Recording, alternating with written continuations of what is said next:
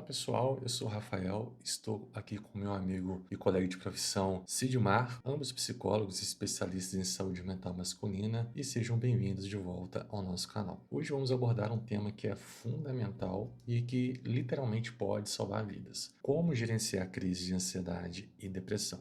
Se você já passou por momentos assim e não sabia o que fazer, esse vídeo é para você. E antes eu gostaria de deixar claro que esse vídeo tem caráter informativo, né? Se você estiver passando por uma situação dessas e não sabe como fazer, a gente indica fortemente que você procure um profissional, um psicólogo ou um psiquiatra para dar conta dessa situação. E ainda tem os canais, né, do CVV 188 que pode, né, te ajudar em situações emergenciais. Identificando episódios de crise. O primeiro ponto que ele é crucial. Como identificar quando nós estamos realmente em uma crise? Muitas vezes nós normalizamos sinais que ele merecem uma atenção especial. Falando sobre a ansiedade. Na ansiedade, os sinais de alerta incluem ataques de pânico que são recorrentes ou intensos, uma sensação de perda total de controle, sintomas físicos extremos, como por exemplo ataque cardíaco, falta de ar, tremores, pensamentos que são catastróficos e que não conseguem ser interrompidos, uma evitação total de situações antes consideradas normais. E quando falamos sobre a depressão, nós também observamos uma ideação suicida ou autolesiva, uma incapacidade total de realizar atividades que são básicas. Existe também um isolamento social que ele acaba sendo por dias, um sentimento que acaba sendo de desesperança absoluta, uma falta de sentido, alterações que são graves como o sono e o apetite também. É importante entendermos a diferença entre um dia ruim e uma crise real. A diferença está na intensidade, na duração e no impacto da funcionalidade. Por exemplo, se você não consegue trabalhar, não está conseguindo estudar ou cuidar de si mesmo por vários dias, é hora de ativar estratégias de crise. E lembre-se, reconhecer uma crise é importante. Isso não quer dizer que você é fraco. Isso quer dizer que você está tendo inteligência emocional. Agora eu gostaria de passar algumas técnicas de enfrentamento que podem fazer a diferença em momentos difíceis. Eu vou ensinar 3 técnicas fundamentais que você pode utilizar imediatamente numa situação. A primeira técnica que você já deve saber é a técnica de respiração. Eu sei que você pode achar isso uma bobagem, mas funciona e isso é o que importa. O que você tem que entender é o seguinte: quando você controla a respiração, você está falando a língua que o seu organismo entende. Então você está dizendo para ele que está tudo sob controle, que você está no controle da respiração e que ele não precisa ativar o mecanismo de defesa fora de hora. Existem várias técnicas de respiração, inclusive a gente já citou algumas delas aqui no canal. A respiração quadrada, a respiração 4-7-8, todas elas têm o mesmo princípio, que é você controlar a respiração, dessa maneira você dizer para o seu organismo que você está no controle. A segunda técnica é o grounding. É como se você fosse um navio que estivesse jogando uma âncora no fundo do mar, no meio de uma tempestade. Então ela consiste em você parar tudo que você está fazendo e começar a observar as coisas que estão acontecendo à sua volta. Então a sua atenção vai ser voltada para fora através dos 5 sentidos. Então você vai focar naquilo que você vê, naquilo que você sente, naquilo que você escuta, naquilo que você cheira e naquilo que você saboreia. Se você conseguir fazer isso utilizando a técnica da respiração, você ainda vai ter um resultado ainda muito melhor. A terceira técnica é que poucos conhecem é ter anotado um plano de segurança, de emergência, para quando acontecer uma situação de crise, você ter uma cola do que você tem que fazer. Então, que eu vou colocar algumas coisas que você pode anotar nesse plano. Então, aqui nesse plano pode ter coisas que você sente para te ajudar a monitorar os seus sintomas. Pode ter estratégias de enfrentamento, como as que eu acabei de passar para vocês, né? Respiração e ground, por exemplo. Pode ter contatos de emergência, de pessoas que você pode ligar quando estiver em crise. Pode ter locais seguros que você pode parar para descansar um pouco, pedir ajuda. E também podem ter os medicamentos que você pode usar em situações de crise, tá? E é óbvio que você vai fazer isso quando você estiver bem, não quando você estiver em crise, tá?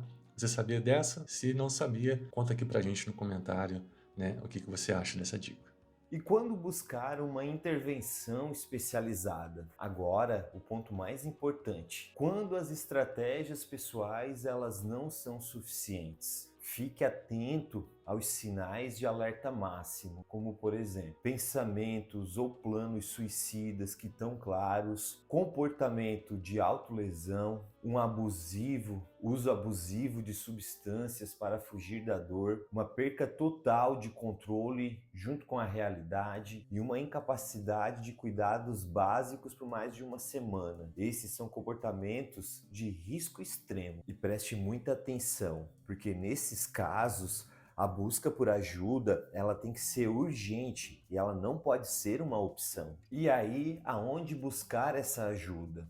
Bom, existe aí as emergências 24 horas nos municípios, tem o serviço do SAMU, o número 192, existe o pronto-socorro psiquiátrico também, tem o CVV, que é o Centro de Valorização da Vida, que o número é 188. Para fazer acompanhamento, nós temos o CAPS, que é o Centro de Atenção Psicossocial, existe também o papel do psicólogo clínico, o papel do psiquiatra e também os postinhos de saúde com atendimento à saúde mental. Existe também uma dúvida de como abordar um profissional nesses casos. Então eu vou trazer alguns pontos para você ficar atento. É importante ser bem direto sobre a intensidade dos sintomas, a duração e o tempo da crise, o que já foi tentado como estratégia, um histórico de medicação e também falar sobre a sua rede de apoio que está disponível.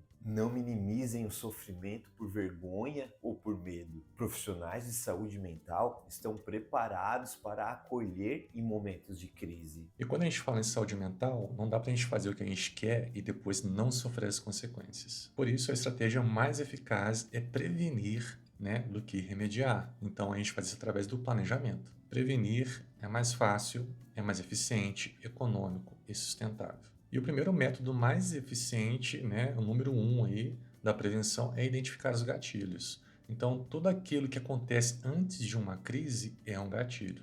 Pode ser pessoas, pode ser situações, podem ser assuntos. Então, toda vez que você entrar em crise, você pega e anota o que aconteceu antes para você tentar identificar quais são esses gatilhos. E anotando fica sempre mais fácil porque você não esquece. E outra maneira muito eficiente, né, de prevenção é investir nos cuidados diários, principalmente sono, alimentação, exercício. Vocês já estão cansados de ouvir sobre isso, né?